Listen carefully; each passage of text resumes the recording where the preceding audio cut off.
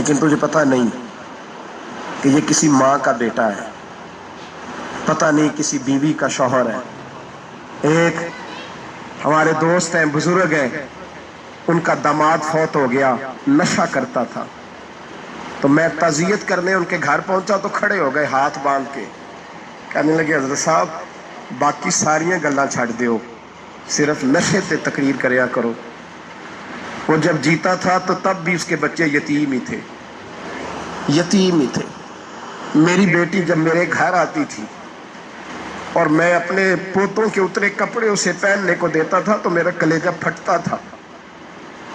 اور میری بیٹی اس کی زندگی میں بھی بیوہ کی زندگی گزار رہی تھی، وہ میری بہوؤں کے اترے ہوئے کپڑے پہنتی تھی۔ کوئی دعا کرو، کوئی جلسے کرو، یہ لت ختم ہو جائے۔ اور کہنے لگا اب میرے وہ چلا تو گیا ہے، دادا دادی اس کے پہلے کوئی نہیں، چچا ہے کوئی نہیں، جب تک تو میں زندہ ہوں ان نواسوں کو کوئی روٹی کا لقمہ، کوئی کپڑا مل جائے گا، لیکن سوچتا ہوں میں بوڑھا ہوں، مر گیا تو ان کو کوئی پوچھے گا بھی نہیں، کون ان کی خبر۔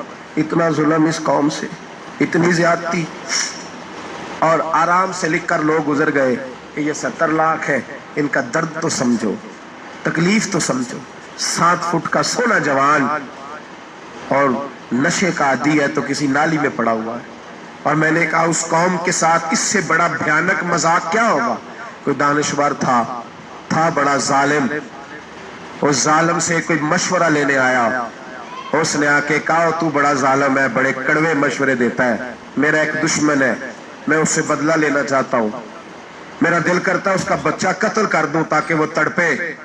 تو ظالم نے کہا اسے قتل نہ کر، وہ تو اس کا بعد 2-4 مہینے رو کے چپ کر جائے گا، پھر میں سخت سزا دینا چاہتا ہوں، مشورہ دے۔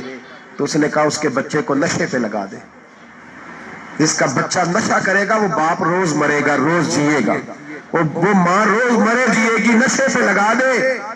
اس قوم کے ساتھ سب سے بڑا ظلم یہ ہوا کہ ملت کا جوان نشے پہ لگ گیا، ڈرگز پہ لگ گیا، اتنے تباہ حالات ہوئے کہ جوان چڑھتی جوانیاں، اماں نے کتاب دے کے بھیجا تھا، اور کالج سے واپس آئے تو نشے کے ٹیکے ہاتھوں میں پکڑے ہوئے، ٹیکے۔ اور آپ کے اس ملک کے اسلام آباد میں ایک دن میڈیا نے وہ خبر بھی وائرل کی اور وہ چیز بھی دکھائی لوگوں کو، 3 مہینے کا بچہ لے کے نشئی سڑک پہ آ گیا، اس نے کہا میرا نشہ ختم ہو گیا، میرا بچہ خرید لو، 2 پڑیاں دے دو۔ تو وہاں بیبیاں جو سن رہی تھیں وہ بھی چیخیں مار کے رو رہی تھی۔ یہ ظلم کیا اس قوم کے ساتھ، اور کرپشن کی لعنت نے اجازت دی سپلائی کرنے والوں کو کہ گلی گلی بیچے، گلی گلی۔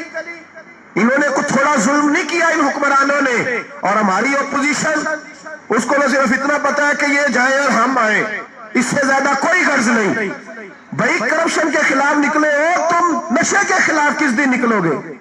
جوئے کے خلاف کس دن؟ قوم تو مر رہی ہے نشے سے، اس کے خلاف میدان میں کب آؤ گے؟ صرف اتنا ہے کہ یہ جائیں اور ہماری باری آئے، اس سے زیادہ کچھ نہیں۔ جتنے مجرم وہ ہیں اتنے ہی تم بنتے جا رہے ہو، اس لیے کہ اصل بات پر نہ وہ آتے ہیں اور نہ اصل بات پر یہ آتے۔ بھائیو، میرے نبی پاک صلی اللہ تعالی علیہ وسلم، اور ایک اور تماشا ہے، یہ میرے پہ اللہ کا یہ احسان رہا، اس لیے نہیں کہ میں پرہیزگار آدمی ہوں، نیک ہوں، اس لیے نہیں، ویسے ہی اللہ بعض اوقات اسباب بناتا ہے، سبب بناتا ہے۔ مجھے نہ شراب کے رنگ کا پتہ ہے، نہ اس کی خوشبو کا پتہ ہے، نہ میں نے کبھی زندگی میں دیکھی ہے، یہ کرم ہے میرے حضرت صاحب کا، میں نے نہیں دیکھی، مجھے نہیں پتا کیسی ہوتی ہے، کچھ باتیں میں نے سنی ہیں۔ ایک محفل میں بیٹھا تھا مجلس میں، تو ایک شخص نے کہا کھانسی نہیں جاتی بچے کی، دوسرا اس کو مشورہ دے رہا ہے، کھانسی نہیں جاتی، بڑی دوائی دیسی بھی فلاں بھی بڑی کھائی، مشورہ دیا اس کو کہ تو اس طرح کر، اس کو نا شراب کے 2-4 چمچے پلاؤ، کہتے ہیں جی اس کو نا یہ پلاؤ تو صحیح ہو جائے گی۔ تو میں نے پلٹ کے اس کی طرف دیکھا، میں نے کہا کوئی عقل کر، کیا مشورہ کرنا؟ مولانا میرا تجربہ ہے۔ میں نے کہا تیرا تجربہ افضل ہے یا رسول اللہ کا فرمان زیادہ افضل ہے؟ تیرا تجربہ افضل ہے۔ حضرت ام سلمہ رضی اللہ تعالیٰ عنہ کہتی ہے میں نے عرض کی یا رسول اللہ صلی اللہ علیہ وسلم میری بچی بڑی بیمار ہے، تو مجھے کسی نے کہا ہے یہ تھوڑی سی نشے والی چیز ہے، یہ بنا کے تیار کر کے دو، صحیح ہو جائے گی، بیمار ہے بچی تو یہ نشے والی چیز ہے، اس کو تیار کر کے دو، تھوڑا نشہ ہے۔ اگرچہ بعض، میں نے شروع میں کہا، بعض لوگ مریض کو، سخت مریض کو ایسی ادویات جو مجبوری بن جائے اس کی گنجائش اور اجازت دیتے ہیں محتاط علماء، تو اس میں بھی بہت ساری چیزیں پہلے بیان کرتے ہیں، لیکن اس نے کہا جی میرا نشہ دینا ہے شفا کے لیے. تو حضرت ام سلمہ کہتی ہے میرے نبی پاک نے میری طرف دیکھا، میری طرف. تو میں نے کہا یا رسول اللہ آپ کیا فرمانا چاہ رہے ہیں؟ تو نبی پاک نے فرمایا ام سلمہ کبھی ناپاک چیز میں بھی شفا ہوئی ہے، کبھی ناپاک چیز میں بھی، کبھی شراب اور خمر میں بھی شفا ہو سکتی ہے.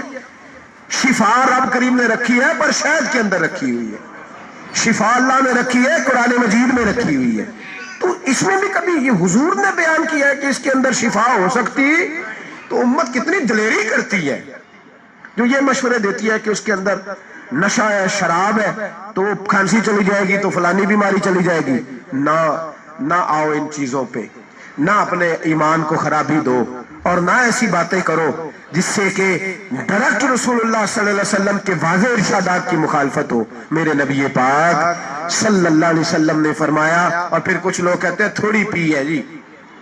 اب تو میں تجزیے میں پڑھ رہا تھا کہ ایسی شراب ایجاد ہو گئی ہے، لوگ شراب پیتے ہیں اور وہ مست بھی رہتے ہیں، کار بھی چلاتے رہتے ہیں، کہتے ہیں جی نہیں ہمارا ذہن معاف نہیں ہوا تو یہ والی صحیح ہے، نشہ نہیں لاتی. میرے نبی پاک صلی اللہ علیہ وسلم نے فرمایا جس چیز کی تھوڑی مقدار، زیادہ مقدار حرام ہے اس چیز کی تھوڑی مقدار بھی حرام ہے، جس کی زیادہ مقدار حرام ہے اس کی تھوڑی بھی.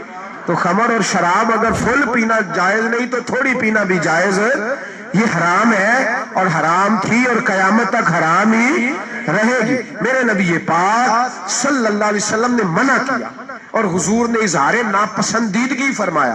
فرمایا 40 دن تو عبادت ہی قبول نہیں ہوتی شراب پینے والے جب تک سچی توبہ نہ کریں. ایک دن صحابہ بیٹھے تھے سارے، حضرت ابو بکر صدیق بھی تھے، فاروق اعظم بھی تھے، عثمان غنی بھی تھے، ڈھیر ساری تعداد تھی صحابہ کی، سارے تشریف فرما تھے. حضرت عبداللہ ابن عمر رضی اللہ تعالیٰ عنہ حدیث کے راوی ہیں اور مستدرک للحاکم کے اندر، ابن حبان کے اندر یہ روایت موجود ہے. فرماتے ہیں صحابہ نہ بات کر رہے تھے اور بات یہ کر رہے تھے کہ یار لوگوں کو گناہوں سے کیسے روکا جائے، لوگوں کو گناہوں سے گفتگو. صحابہ یہ کر رہے تھے، عبداللہ ابن عمر کہتے ہیں بیٹھے تھے اور جو گفتگو کر رہے تھے کہ گناہوں سے پلاننگ یہ ہوتی تھی. ان کی جو محفلیں ہوتی تھی نا بیٹھ کے، وہ خوش گپیاں نہیں ہوتی تھی بلکہ وہ تبلیغ کی، جدوجہد کی، لوگوں کو برائی سے منع کرنے کے لیے بیٹھتے تھے، اس پر منصوبہ بندی کرتے تھے، پلان کرتے تھے، آگے ترتیب دیتے تھے. گفتگو ہو رہی تھی تو اب آپس میں بات ہونے لگی کہ کون سا گناہ زیادہ برا ہے جس پر سب سے پہلے کام کیا جائے. تو دور ایک صحابی بیٹھے تھے، ان کا نام تھا عبداللہ ابن عمر. ایک عبداللہ بن عمر ہے اور ایک عبداللہ ابن عمر ہے. حضرت عبداللہ ابن عمر دور بیٹھے تھے، بڑے سمجھدار سیانے باریک بین آدمی تھے. تو حضرت عمر فاروق اپنے بیٹے سے کہنے لگے جا عبداللہ ابن عمر سے پوچھ کے آ کہ سب سے سخت گناہ کون سا ہے. توجہ ہے میرے بھائیوں، ادھر دیکھیے گا میری جانب، پوچھ کے آ کہ سخت گناہ کون سا ہے. عبداللہ بن عمر رضی اللہ تعالیٰ عنہ کی خدمت میں جب عبداللہ ابن عمر گئے تو جا کے کہنے لگے کہ صحابہ پوچھتے ہیں کہ آپ نے زیادہ وقت گزارا ہے نبی رحمت صلی اللہ علیہ وسلم کے پاس، تو بتلائیے برا گناہ کون سا ہے، سب سے سخت گناہ، تاکہ سب سے پہلے اس پر پابندی لگائی جائے، اس پر محنت کی جائے. تو حضرت عبداللہ ابن عمر کہنے لگے صحابہ کو جا کے بتا دو کہ سب سے برا گناہ شراب پینا ہے، سب سے برا گناہ، اور یہ ام الخبائث ہے، برائیوں کی جڑ ہے، گناہوں کی ماں ہے، یہ بنیاد ہے، باقی گناہ اسی سے شروع ہوتے ہیں. کہتے ہیں میں نے آ کے بتایا تو حضرت ابو بکر صدیق رضی اللہ تعالیٰ عنہ سیدنا فاروق اعظم کہنے لگے خود جاتے ہیں، ان کے پاس خود جاتے ہیں، چونکہ ہم نے بات سننی ہے ہم خود جاتے ہیں اور ان سے جا کر کے سوال کرتے ہیں کہ اگر آپ کو اس تفصیل کا پتہ ہے نا تو اس کے پیچھے بھی کوئی تفصیل ہوگی جو میرے نبی پاک نے بیان کی ہوگی صلی اللہ تعالی علیہ وسلم، اس تفصیل کا بھی آپ کو پتہ ہوگا جو نبی پاک نے بیان کی ہوگی، اس بات کے پیچھے جو بیک گراؤنڈ ہے، جو پس منظر ہے. فرماتے ہیں کہ ہم اٹھے، عبداللہ ابن عمر کے پاس گئے، ان سے جا کے پوچھا کہ جناب آپ نے یہ تو فرمایا ہے شراب ام الخبائث ہے، تو اس کے پیچھے پس منظر کیا ہے؟ تو عبداللہ ابن عمر کہنے لگے یہ میں نے اپنے پاس سے نہیں کہا، یہ میں نے نبی پاک سے سنا ہوا ہے. حضور سید عالم صلی اللہ علیہ وسلم بیٹھے تھے تو حضور نے فرمایا شراب یہ نشہ یہ برائیوں کی ماں ہے. اور پھر حضور نے ایک مثال بیان فرمائی. نبی رحمت علیہ السلام نے فرمایا بنی اسرائیل کا ایک واقعہ ہے. ایک خوبصورت جوان تھا تو ایک عورت کا دل آ گیا اس پر. یہ یاد رکھ لیں, ہم لڑکوں کو منع کرتے رہتے ہیں لیکن ہمیں گھر کی بچیوں پر بھی توجہ دینی ہوگی, ہمیں ان کے فون پر بھی نگرانی کرنی ہوگی, ہمیں وہاں بھی غور کرنا ہوگا. اس لیے کہ اگر کوئی بچی گنجائش نہ دے تو میرا خیال ہے کہ لڑکا جرأت کرنے کی طاقت نہیں رکھتا. تو وہاں بھی ان کی اماں سے کہے کہ پابندی لگائے, بچی کسی کا موبائل لے کر کے کہیں اس کو استعمال تو نہیں کر رہی, اس پودے پر بھی توجہ دے, درخت بننے سے پہلے اس کی بھی نگرانی کرے, یہ بھی بڑا ضروری کام ہے. عورت کا دل آ گیا تو نبی پاک علیہ الصلوۃ والسلام فرماتے اس نے کوئی بہانہ لگایا, کسی کو کہا کہ اس نوجوان کو بلا کے لاؤ, اس کو کہو کہ ہم نے کوئی گواہی لینی ہے تجھ سے. وہ نوجوان آیا, ایک کمرے میں داخل ہوا تو اگلے کمرے میں لے گئے, وہاں داخل ہوا تو اس سے اگلے کمرے میں لے گئی, وہ داخل ہوا تو اسی طرح 7 مکفل کمروں میں لے گئی. میرے کریم رسول میرے محبوب پاک علیہ السلام فرماتے صحابہ کو سمجھا رہے ہیں میٹھے لب و لہجے میں, فرماتے جب سب سے پچھلے کمرے میں لے گئی تو ایک لڑکا بندھا ہوا تھا وہاں رسیوں سے, شراب کا پیالہ پڑا ہوا تھا. اور بی بی کہنے لگی کوئی گواہی شواہی نہیں لینی, تجھے اس لیے بلایا ہے کہ تیرے اوپر دل آ گیا ہے, اب میرے ساتھ منہ کالا کر. تو وہ جوان کہنے لگا نہیں, میں نے اپنے نفس کو پاک رکھا ہوا ہے, میری نظر بھی پاک ہے, دل بھی پاک ہے, اور اس کی برکت یہ ہے کہ رب نے میری روح کو بھی پاک رکھا ہوا ہے, تو میں یہ حرکت نہیں کر سکتا. پاک لوگ پلید کاموں کی جانب توجہ نہیں کرتے, میں یہ حرکت نہیں کر سکتا. اقبال نے اپنے بیٹے کو دعا دی تھی, اس نے کہا تھا حیا باقی نہیں ہے زمانے کی آنکھ میں, خدا کرے کہ رہے تیری جوانی بے داغ, خدا کرے کہ رہے تیری جوانی بے داغ. کہا میرے ساتھ منہ کالا کر, اس نے کہا میں نہیں کرتا. کہنے لگی چل پھر اس کو قتل کر, اس کو میں نے باندھا ہوا. اس نے کہا میں قتل کیوں کروں, میری کیا دشمنی ہے. کہا پھر شراب پیو, کہا میں شراب بھی نہیں پیتا. تو کہنے لگی اب تو میں نے تجھے اپنے چنگل میں پھانس لیا ہے, اب تو یہاں سے بچ کے جا نہیں سکتا, اور اگر تو باہر جائے گا تو میں شور کروں گی, لوگ جمع کروں گی, اس نے میری عزت آبرو پہ ہاتھ ڈالا ہے, تو بچ تو نہیں سکتا, ایک کام تو کرنا پڑے گا. محبوب فرماتے اس نوجوان نے سوچا کہ زنا بھی بہت بڑا جرم ہے, قتل بھی بہت بڑا گناہ ہے, چلو اب مجبوری ہے تو شراب پی لیتا ہوں. لیکن وہ سمجھا نہ کہ شراب تو بنیاد ہے. اس نے ایک پیالہ جو پیا, کہنے لگا ایک اور دے دو, دوسرا پیا تو کہنے لگا ایک اور دے دو. اب 3 پیالے 3 بوتلیں شراب جو پی چکا تو خماری چڑھ گئی. اب اس عورت کے قریب جانے لگا کہ میں تیرے ساتھ زنا کروں گا. اس نے کہا جب تک میں قریب نہیں آنے دوں گی جب تک تو اسے قتل نہ کرے. اس نے اسے قتل بھی کیا, زنا بھی کیا. تو محبوب فرمانے لگے یہ قتل اور زنا جو ہوا ہے تو یہ شراب کی وجہ سے ہوا ہے. گویا شراب وہ جرم ہے جو قتل بھی کرائے گی, جو زنا بھی کرائے گی. اور اگر آپ نشئی کو دیکھیں, اگر آپ شرابی کو دیکھیں تو کیا وہ ڈکیتیاں نہیں کرتا پھرتا, وہ چوریاں نہیں کرتا, وہ اپنی ہی ماں کا زیور نہیں بیچ آتا, وہ اپنی ہی بہن کا پڑا ہوا جہیز نہیں بیچ آتا, وہ اپنے ہی گھر میں ڈاکے نہیں ڈالتا, وہ اللہ کے گھر مسجد میں آ کر کے چوری نہیں کرتا. وہ صرف اس لیے کرتا ہے کہ یہ نشہ, یہ شراب یہ ماں ہے گناہوں کی, یہ جڑ ہے.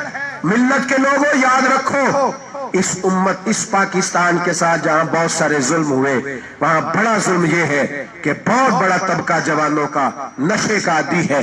وہ نشہ انہیں عشق مجازی اور عورتوں کے عشق کی جانب لا رہا ہے. وہ نشہ چوریاں کرا رہا ہے, قتل کرا رہا ہے, ڈکیتیاں کرا رہا ہے. بہت بڑے ظالموں نے بہت بڑے ہاؤس بنائے ہوئے ہیں جن کے اندر شراب فراہم کی جاتی ہے, نشہ دیا جاتا ہے. میں نے تو ایسے ایسے لفظ سنے کہ الیکشن کے دنوں میں ووٹ لینے کی خاطر سیاستدان انہیں نشہ فراہم کرتے, انہیں باندھ کے رکھتے, روز تمہیں پڑیا ملے گی, ووٹ ہمیں ڈالنا. اتنا ظلم, اتنی زیادتی, اتنا جبر, ایک انسان کے ساتھ کھیلنا. لوٹ آؤ پکڑو ان کا دامن، اپنے گھروں کو بچاؤ، اپنے دوستوں کو بچاؤ. جاگو جاگو امت کے لوگوں، جاگو. میرے نبی پاک صلی اللہ علیہ وسلم کے کلمہ گو لوگوں کو بچاؤ. ان پر اگر سختی کرنی پڑتی ہے تو کرو، پیار کرنا پڑتا ہے تو کرو، محنت کرو، جدوجہد کرو.